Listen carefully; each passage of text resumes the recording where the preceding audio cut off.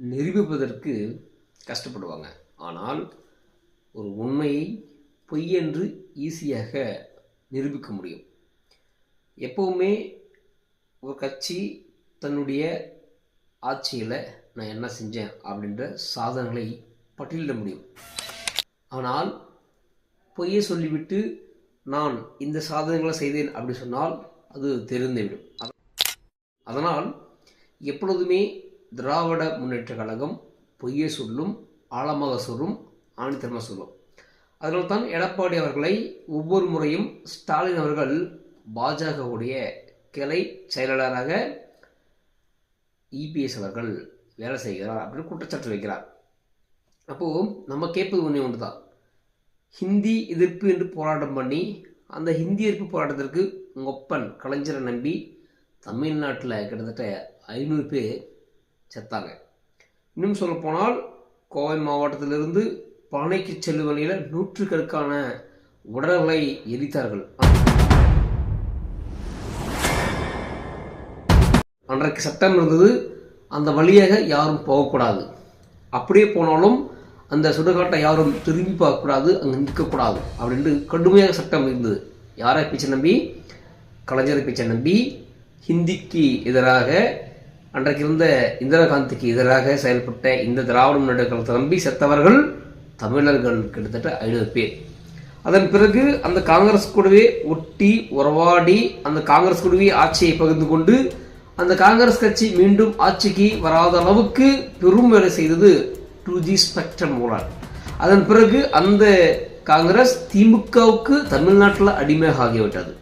இந்த திமுக மத்திய அரசாங்கத்திற்கு, அது அன்றைக்கு இருந்த மத்திய அரசாங்கம் காங்கிரஸுக்கும் இன்றைக்கு கூடிய காங்கிரஸுக்கும் அடிமையாக இருக்கிறது.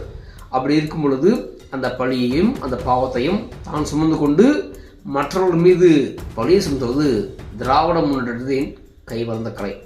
அதற்கு இன்னொரு சிறந்த ஒரு சான்று உங்களுக்கு சொல்லணும்னா, 5 பைசா இருந்த மின்சாரத்தை 6 பைசா உயர்த்துவோம் என்று சொல்லும் பொழுது ஒட்டுமொத்த விவசாயிகளை அழைத்து போராட்டம் பண்ணி பெரும் அளவுக்கு கலவரத்தை செய்தது அன்றைக்கு இருந்த கலைஞர் அவர்கள். விட்டிருந்தால் அது சாதாரணமாக போய்கிட்டு இருக்கும்.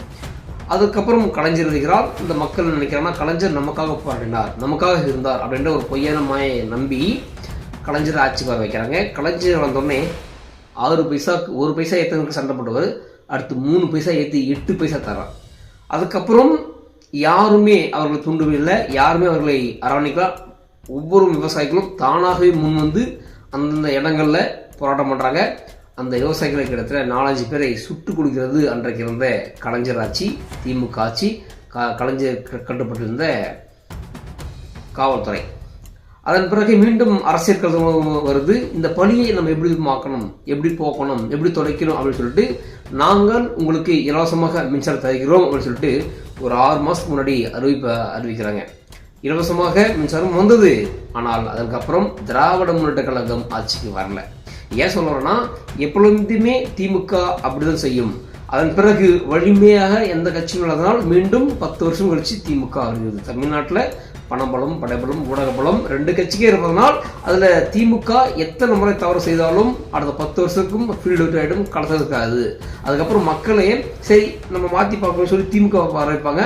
இப்போ இந்த 5 வருஷம் நம்ம எவ்வளோ கஷ்டப்படுறோமோ அதே மாதிரி அதுக்கு முன் 5 வருஷம் மின்சாரம் இல்லாமல் நம்ம என்ன பண்ணோம்?